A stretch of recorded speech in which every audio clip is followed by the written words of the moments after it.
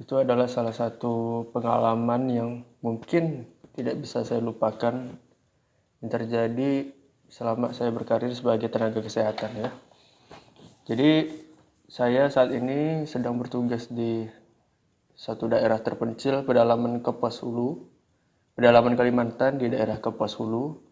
Saya dihadapkan dengan suatu kondisi seorang pasien wanita 23 tahun yang sebenarnya sudah saya ketahui ya, karena almarhum sudah berobat kepada kita sejak 2 tahun belakangan dengan gagal ginjal kronik usia 23 tahun. Jadi pada saat itu saya ingat sekali kejadiannya di ruang IGD puskesmas kami dengan fasilitas yang serba terbatas. Pada saat itu kami menilai bahwa pasien tersebut sudah memiliki prognosis yang sangat buruk. Sehingga pada saat itu kami hanya bisa mengedukasi keluarga. Akhirnya kami melakukan penanganan maksimal yang dapat kami bisa. Dan pada akhirnya nyawa pasien tersebut tidak dapat tertolong pada saat itu. Jadi sebagai latar belakang untuk memahami konteks pada video kali ini, jadi saya ini sedang bertugas di suatu daerah terpencil, yaitu di Kecamatan Pengkadan, Kabupaten Kapuas Hulu, tepatnya di Kalimantan Barat. Nah, jadi 2 tahun yang lalu saya dipanggil lewat telepon bahwa ada seorang pasien yang kondisinya dalam keadaan terbaring lemah sehingga tidak bisa dibawa ke IGD puskesmas kami. Sehingga pada saat itu saya bersama tim dari puskesmas bersama perawat kami mengunjungi pasien tersebut di rumah. Nah, di sebuah desa. Jadi pada saat saya datang, pada saat itu saya melihat bahwa pasien ini memang dalam kondisi sangat lemah. Nah, setelah itu kami melakukan pemeriksaan sehingga saya menyimpulkan bahwa pasien ini mengalami shock dan dalam keadaan kondisi infeksi berat atau sepsis.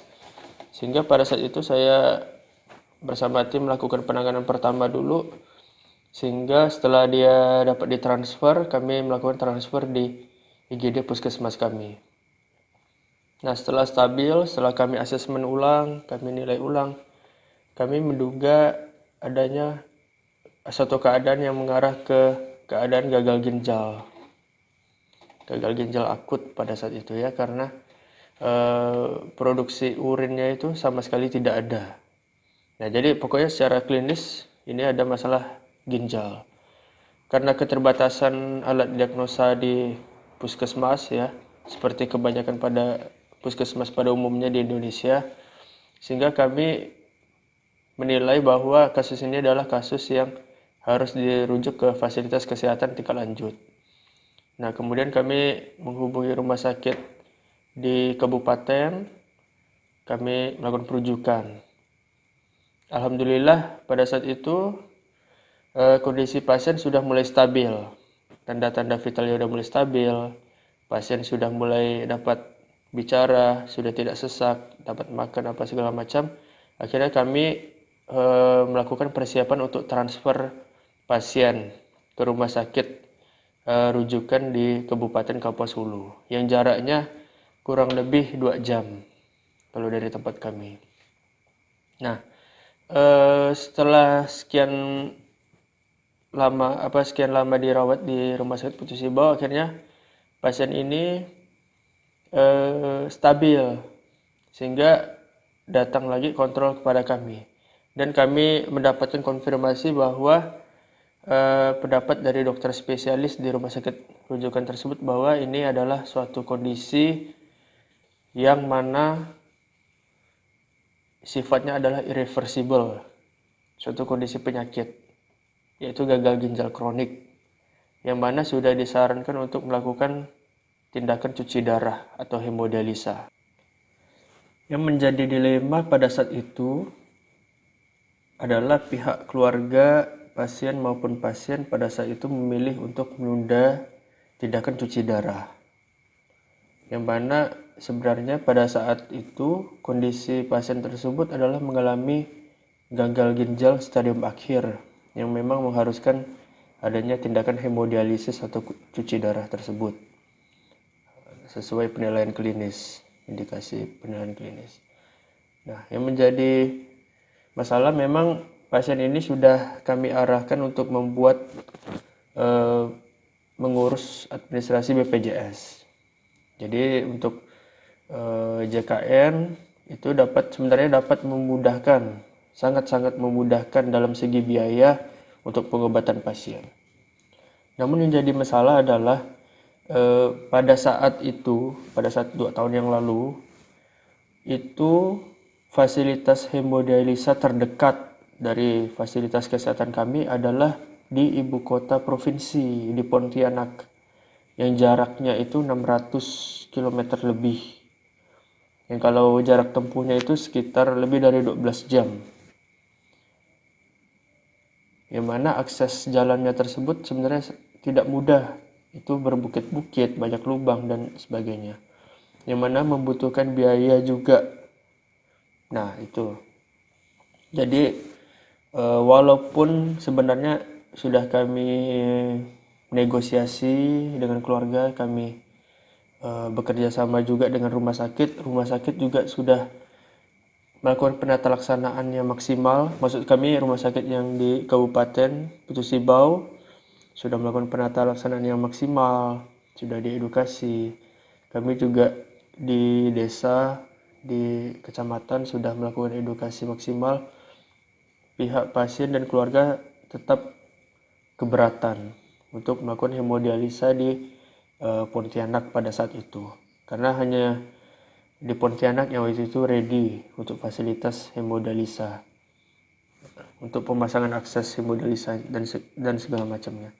Nah, setelah kami diskusi sama keluarga, yang menjadi pertimbangan berat adalah ya seperti yang kita tahu ya, hemodialisa itu bukan cuma sekali. Jadi itu dilakukan secara rutin dan berkala. Bisa saja seminggu itu lebih dari 1 kali. Dan itu tidak cukup hanya seminggu. Bisa rutin selama bertahun-tahun itu dilakukan. Yang jadi pertimbangan keluarga bahwa pihak pasien tersebut adalah orang asli dari Kapuas Hulu dan tidak ada keluarga di Pontianak. Jadi terkait masalah ekonomi, pembiayaan di luar biaya pelayanan kesehatan itu seperti biaya transportasi, akomodasi, tempat tinggal dan segala macam, itu adalah salah satu yang menjadi pemberat dari keluarga untuk menyetujui tindakan hemodialisa. Nah, sehingga pada saat itu pasien masih menunda, sehingga sementara dilakukan terapi konservatif sesuai dengan gejala dan semaksimal yang kami dari kecamatan, puskesmas, dan dari rumah sakit yang kami bisa yang ada. Karena kebetulan di rumah sakit di rumah sakit Putu Sibau di Kabupaten Kapuas Hulu untuk fasilitas hemodialisis untuk saat itu masih belum ada. Selama saya berkarir sebagai tenaga kesehatan, mungkin ya saya sudah menghadapi beberapa pasien yang berat, sudah menghadapi sekian ratus kematian yang di depan mata saya.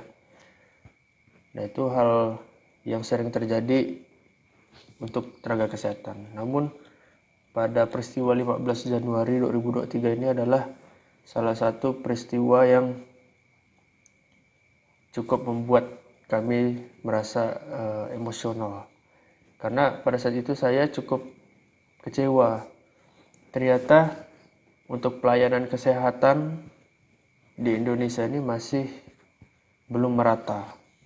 Terutama untuk daerah-daerah terpencil.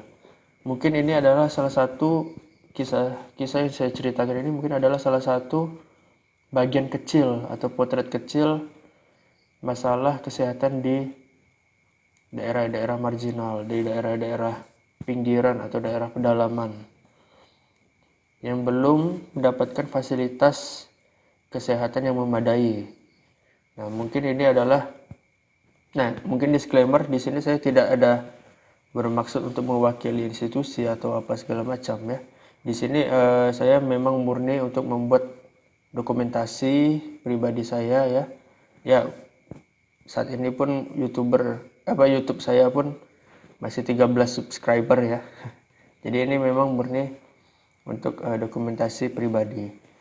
Jadi ya itu yang membuat saya emosional adalah ini menunjukkan bahwa di Indonesia ya, khususnya di tempat saya ini, pedalaman Kalimantan ini, untuk mendapatkan fasilitas penanganan kesehatan yang berkualitas itu sangat-sangat sulit. Masih sangat-sangat sulit untuk kebanyakan kalangan di daerah saya. Nah, itu yang sebenarnya membuat menjadi emosional. Nah, jadi tadi saya udah melakukan browsing ya, untuk melakukan riset kecil-kecilan bahwa sebenarnya di Indonesia itu sendiri kejadian gagal ginjal kronik itu angka kejadiannya adalah 6 per 1000 penduduk ya. Itu menurut data dari Kementerian Kesehatan dan Riskesdas. Dan mungkin terus meningkat setiap tahunnya. Nah, itu berdasarkan data. Jadi bayangkan saja di tempat saya saja itu ada kecamatan tempat saya berada saat ini itu ada 7.000 penduduk. Nah, 7.000 penduduk. Kalau diproyeksikan ya, kalau 6 per 1000 ya mungkin ada 6 kali 7 ya, 42. Nah, itu pun kalau yang pernah periksa ke fasilitas kesehatan. Nah, sampai saat ini ya sudah 2 tahun saya bekerja di sini. Itu saya ada menemukan lebih dari 10 ya. Lebih dari 10 pasien saya itu dengan gagal ginjal, baik gagal ginjal yang stadium awal sampai yang stadium 4 atau 5 ya, atau yang stadium akhir. Nah, itu ada lebih dari 10 selama 20 tahun ini. Selama 2 tahun ini. Selama 2 tahun ini. Selama 2 tahun saya bekerja di sini. Itu yang ketahuan, itu yang sempat saya datangi ke desanya, atau yang sempat saya periksa ke rumahnya, atau yang pasien yang sempat datang ke puskesmas yang kita periksa. Nah, jadi itu adalah gambaran kita. Jadi Kapuas Hulu sendiri ya, tadi saya baca data juga ya. Itu penduduknya ada 253.000 lebih jiwa. Nah, itu teman-teman silakan diproyeksikan sendiri. Jadi memang kalau dalam video ini kita khusus mengangkat topik tentang gagal ginjal ya. Fasilitas hemodialisa itu sebenarnya harus ada di daerah-daerah pedalaman yang sulit akses. Kalau untuk mewujudkan meratanya pelayanan kesehatan yang berkualitas, terutama di Indonesia. Jadi ya seperti itulah kondisi kita. Jadi sebenarnya pesan yang mau saya sampaikan di video kali ini ya, adalah bahwa ini adalah salah satu potret kecil. Saya tahu mungkin teman-teman saya juga ada yang bertugas di Papua yang kondisinya lebih parah ya daripada tempat saya dan segala macam. Tapi ini adalah salah satu cerita potret kecil tentang masalah kesehatan di Indonesia, yang mana pemerataan kualitas pelayanan kesehatan itu masih belum tercapai di Indonesia. Nah, kita sebagai tenaga kesehatan ya tetap berusaha semaksimal mungkin dengan fasilitas yang ada. Nah, kita harus memiliki dedikasi atau niat yang kuat. Saya rasa sekian video saya pada kali ini ya. Mungkin ini sekedar video curhat saya.